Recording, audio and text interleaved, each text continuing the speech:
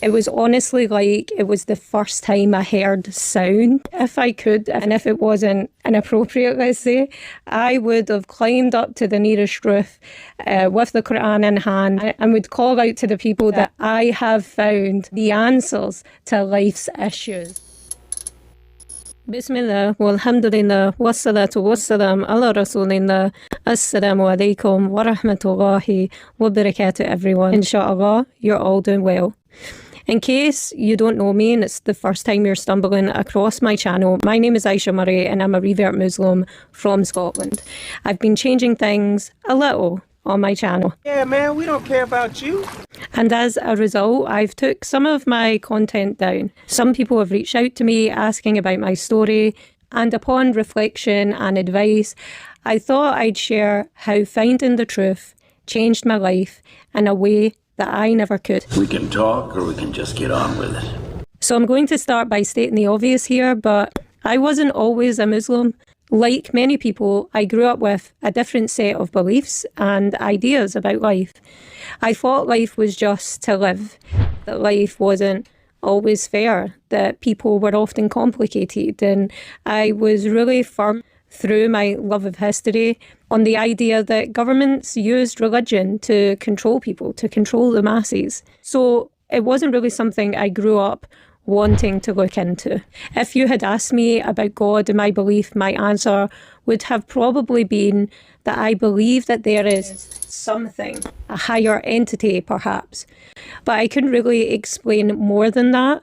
If you had asked me about heaven or hell, or if you asked me about reward or punishment, I probably would have been stumped for words, to be honest. See, there's no logic there, see. Because upon reflection, I didn't really attach morality, duty or consequence to that higher entity. I never knew or had any reason to think about that sort of thing at the time. And now you turn into a deep thinker. I never knew or had any reason to look into it or to think about that sort of stuff. I was raised in one of the major cities in Scotland, from a small family. My family weren't religious at all, and the area I grew up was known for its poverty, its scheme wars, or as some people call it nowadays, postcode wars. A couple of years before I was 16, circumstances resulted in me having to leave the family home. And I moved in with a very dear aunt. She took me in, she looked after me as if I was one of her own. However, not long after I became 16, my aunt became very sick and had to be hospitalised for a while. And due to this, I became homeless. Put me in a homeless unit for 16 to 18-year-olds. The one they put me in was at the other side of the city in another not so popular area, let's just say. And it was really away from anyone that I knew. Now, because this unit was filled with 16 to 18-year-olds, you know, different people from different schemes. And if you know anything about Scotland and territory wars, the weekends especially, you'd have gangs of people hanging outside the unit, taunting us, shouting threats. Sometimes people were attacked. And, you know, I was 16 and I was stuck there and I had absolutely nobody. And it really was a very difficult time in my life.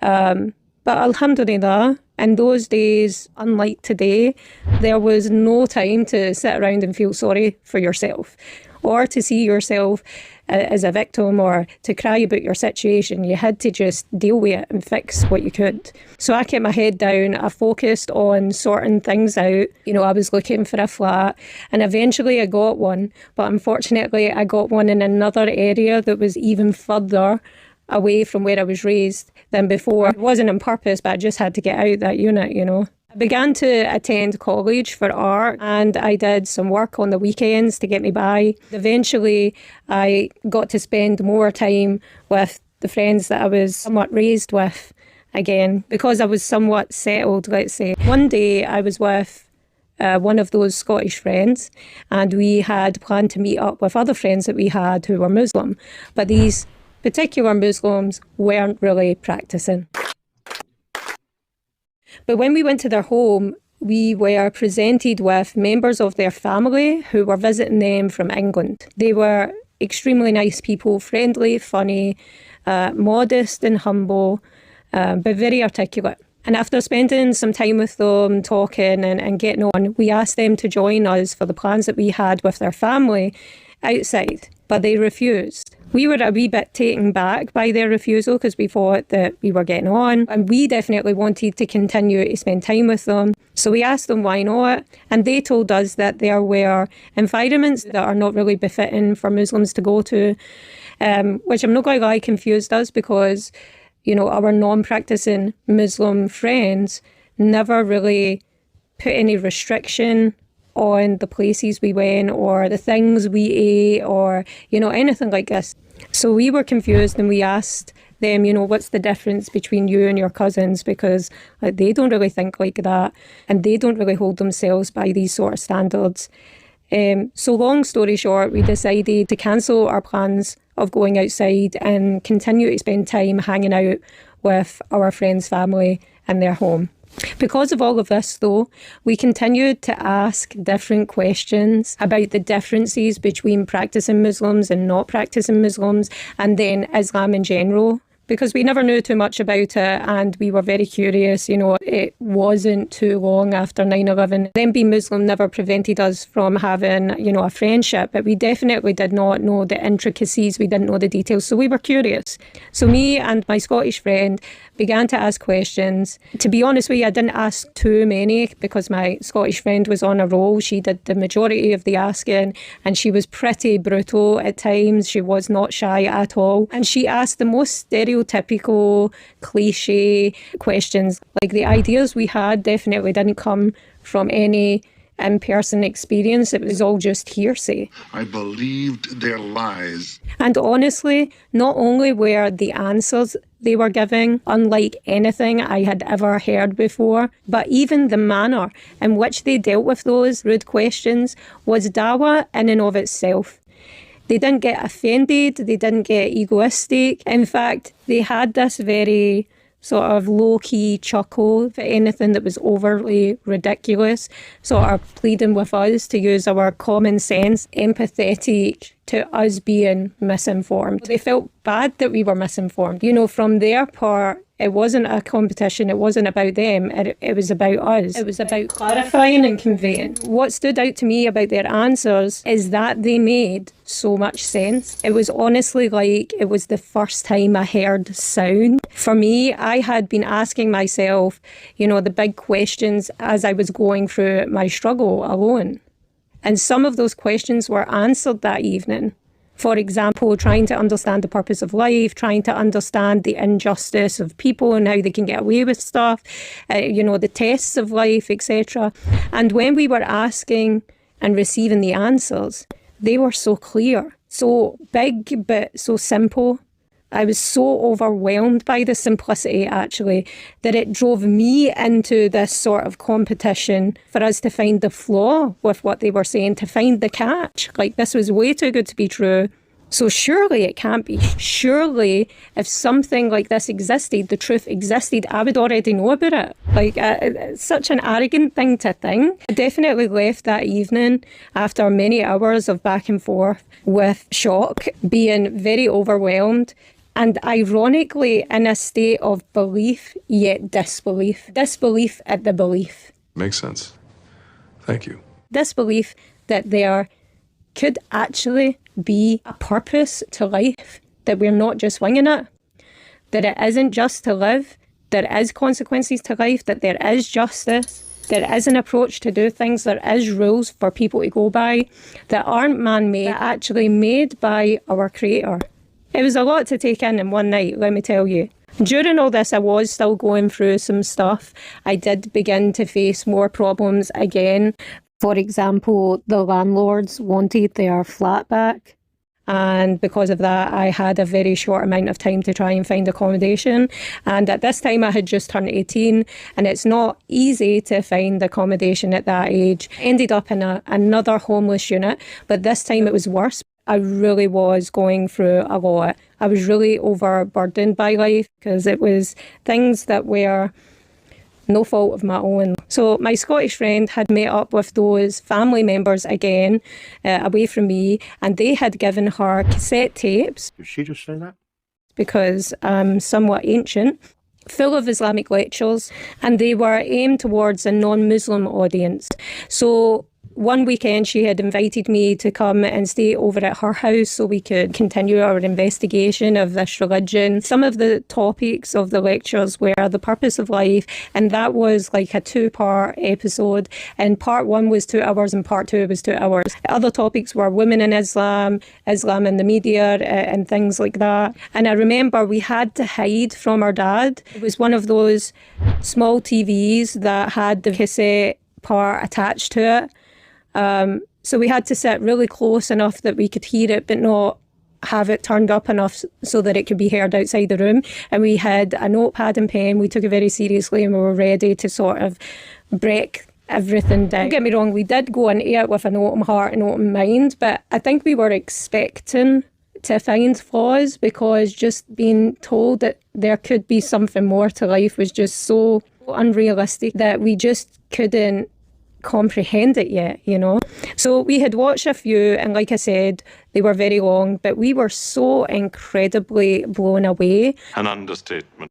We began to get this thirst for the lectures, like we wanted to know more. So we watched one video, then we watched the next, and we were just hooked. One of the last videos we watched, I just remember at one point, something was said in the lecture, and me and my friend just looked at each other, and it just clicked. Click.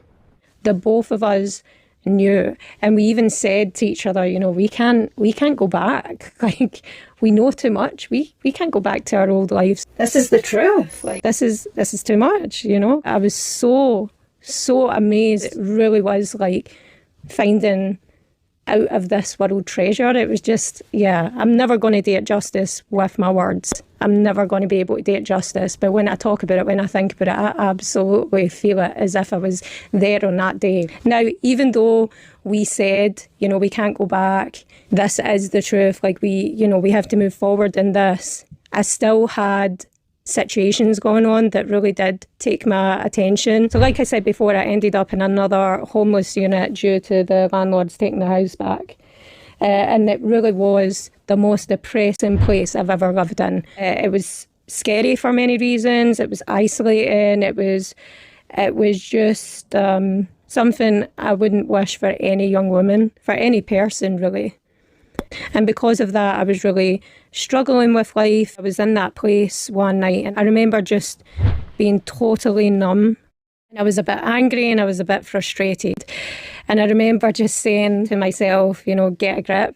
I just remember getting up really passive-aggressively. I went to sit at the bottom of my bed, and I remember just looking up.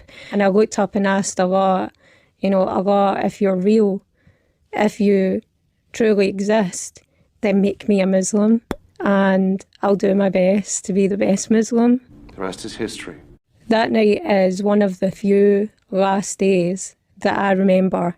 I don't remember much between that night and the day I took my Shahada, which was a couple of months later. Me and that Scottish friend decided to take our Shahada together. We went to the biggest mosque in Scotland, which just happened to be in the city that we were in.